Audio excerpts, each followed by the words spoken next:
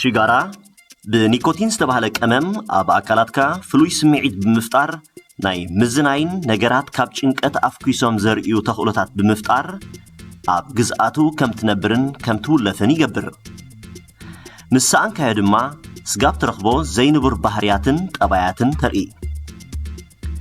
ሽጋራ ግዝኣቱ፣ ወልፉ፣ ጨንኡ፣ ቁጠባዊ ሃሲኡን ካልእ ኣሉታዊ ጥዕናዊ ሳዕቤናቱን ኣብ ግምት ብምእታው ብዙሓት ሰባት ምትካኽ ደው የብሉን፣ ብዙሓት ድማ ምትካኽ ሽጋራ ንምቁራጽ ቃል ይኣትውን።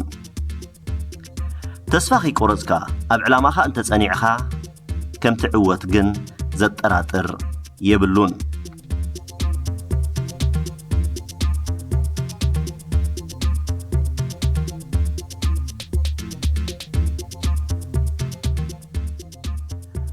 ሽጋራ ምትካኽ ደው ንምባል ዝሕግዙ ሜላታት። ሽጋራ ምትካኽ ንምቁራጽ ስለምንታይ ዘይከኣል ወይ ዓቐብ ኮይኑ ይስማዓና? ሽጋራ ምትካኽ ኣብ ኣካላትና ዘስዕቦ ገለ ለውጥታት ማለት ናይ ኣካላትና ምንቅስቃሳት ኣብ መዓልታዊ ህይወትናን ኣካይዳናን ክንሪኦ እንኽእል ወይ ክንዕዘቦ እንኽእል እዩ።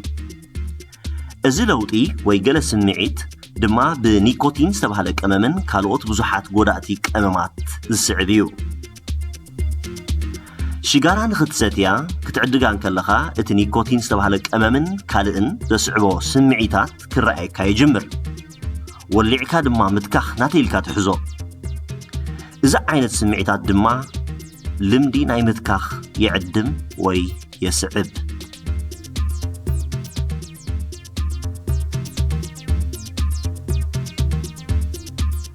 እዚ ናይ ምትካኽ ልምዲ ንምዕባል ምስ ምህላው ወይ ምውናን ሽጋራ መሊሱ ዝብርትዕን ምስ ዘይህልወካ ድማ ንምርካቡ ተሪኦ ዘይንቡር ጠባያትን የንጸባረቕ።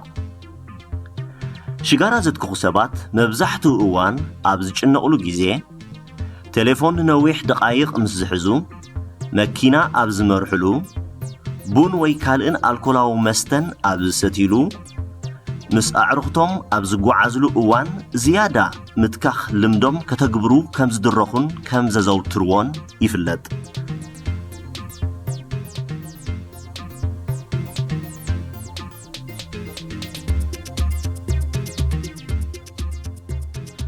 ሽጋራ ምትካኽ ደው ንኸተብል ነዘን ዝስዕባ ነጥብታት ምዝካር የድሊ።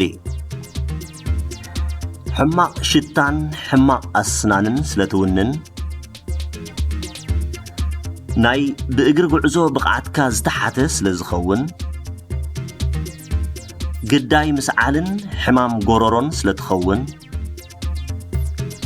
ንሕማማት ልቢ፣ ጸቕጥደም፣ መንሽሮ ሳምቡእን ካልእን ስለ ትቃላዕ፣ ብቁጠባውን ስለ ትህሰ፣ ኣብ ዝውለድ ዕሸል ማለት ነብሰ ጾራት ምስ ዘትክኻ ጉድኣት ስለ ዘውርድ፣ ንደቅኻ ወይ ንኻልኦት ሕማቕ ኣብነት ስለ ትኸውን ወዘተረፈ።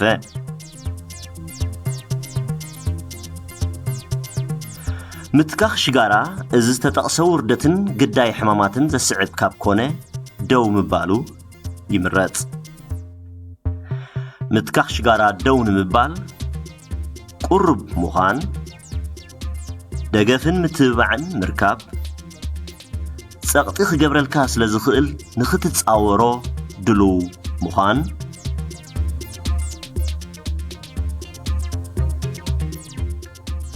ካብ ሰብ ሞያ ሕክምና ረድኤት ወይ ምኽሪ ምርካብ፣ ከይደግሰካ ምጥንቃቕ የድሊ። ካብ 2 ክሳብ 4 ሳምንታት ምትካኽ ሽጋራ ደው ንኸተብሎ መደብ ሓዝ።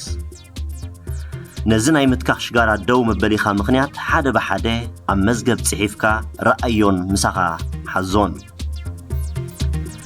ናይ ምትካኽ ድሌት ምስ ዝስማዓካ ነቲ ምኽንያታት ሓደ ብሓደ ደጊምካ ረኣዮ።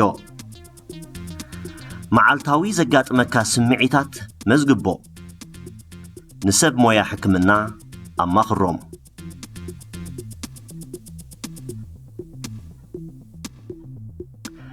ከም ክርቢትን ሽጋራን ካልእ ንምትካኽ ዝዕድሙ ነገራት ካብ ጥቓኻ ምርሓቕ። ናብ ሽጋራ ዝትከኾ ቦታ ማለት ከም ባራትን ካልእን ዘይምቕራብ ምትብባዕ ሓገዝን ምኽርን ካብ ቤተሰብካ ይዕሩኽትኻ ንምርካብ ኣብቲ እትውስኖ ናይ ደው ምባል ካብ ሽጋራ ምትካኽ ኣዝዩ ሓጋዚ እዩ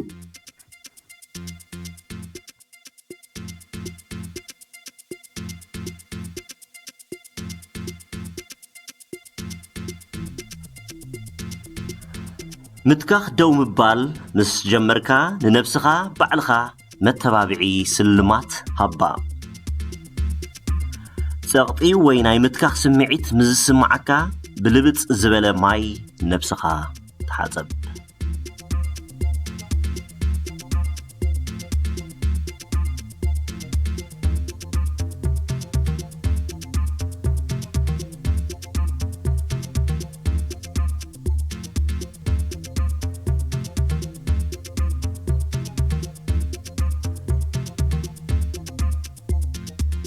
ብእግርኻ ምጉዓዝን ዓሚቕን ብቐስታን ምስትንፋስ እቲ ኣእምሮና ዘመሓላልፎ መልእኽቲ ናይ ምትካኽ ድልየት ክንኪ ይኽእል እዩ ኣብ ናይ መዓልታዊ ህይወትካ ለውጥታት እውን ተዓዘብ ቅድም ቡን ክትሰቲ ከለኻ ምትካኽ ሽጋራ ይረኣየካ እንተ ነይሩ ኣብ ክንድኡ ሻሂ ምስታይ ሽጋራ ምትካኽ ደው ንምባል ክሳብ ክንደይ ኣትካኽ ነርካ እውን ንነፍስኻ ምፍላጥ ኣድላይ እዩ ነፍስኻ ምስ ኒኮቲን ክሳብ ክንደይ ተዋሃሂዱ ነይሩ ምፍላጥ ኣድላይ እዩ እዚ ነቲ እትወስዶ ውሳኔ እውን ሓጋዚ እዩ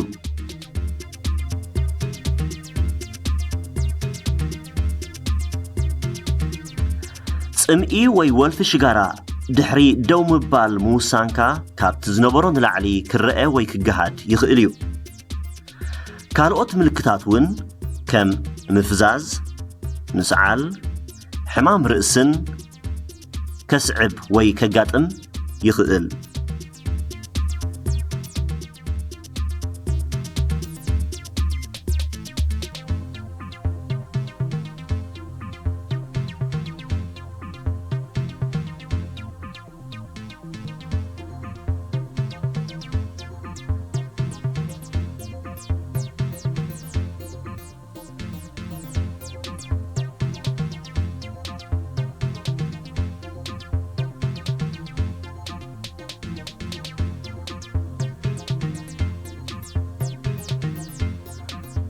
እዚ ዝተባህለ ምልክታት ድማ ብሰንኪ ኒኮቲን ኣብ ኣካላትና ዘስዕቦ እዩ ኣብ ፈለማ እዋን ምትካኽ ሽጋራ ደው ከተብሎ ምስ ጀመርካ እዚ ስምዒታትን ምልክታትን ንቁሩብ መዓልታት ክብርትዕ ይኽእል እዩ ጸኒሑ ግን ይጠፍእ ስለዚ ኣብ ፈለማ ምኽኣል ስኢነ ኢልካ ተስፋ ዘይምቑራጽ ምትካኽ ሽጋራ ደው ምስ ተብሎ ናይ ሚዛን ሰብነት ምምሕያሽ እውን ክርአ ይኽእል እዩ ምንቅስቓስ ኣካላትን ብጽቡቕ መኣዛዊ ምግቢ ምምጋብን ጎኒ ጎኒ ደው ምባል ምትካኽ ሽጋራን ከም ዘድልየካ ዘክር እዚ ንዝበለጸ ውጽኢትን ካብ ሓደ ምዕራፍ ናብ ካልእ ዝሓሸ ህይወት ሙሉእ ጥዕናን ዝሓዘ ምዕራፍ ድማ የሰጋግር ስለዚ ዘይከኣል ነገር ከም ዘየለ ፈሊጥካ ከም እትብድሆ ተኣማሚንካ ካብ ሕጂ ምትካኽ ሽጋራ ደው ኣብሎ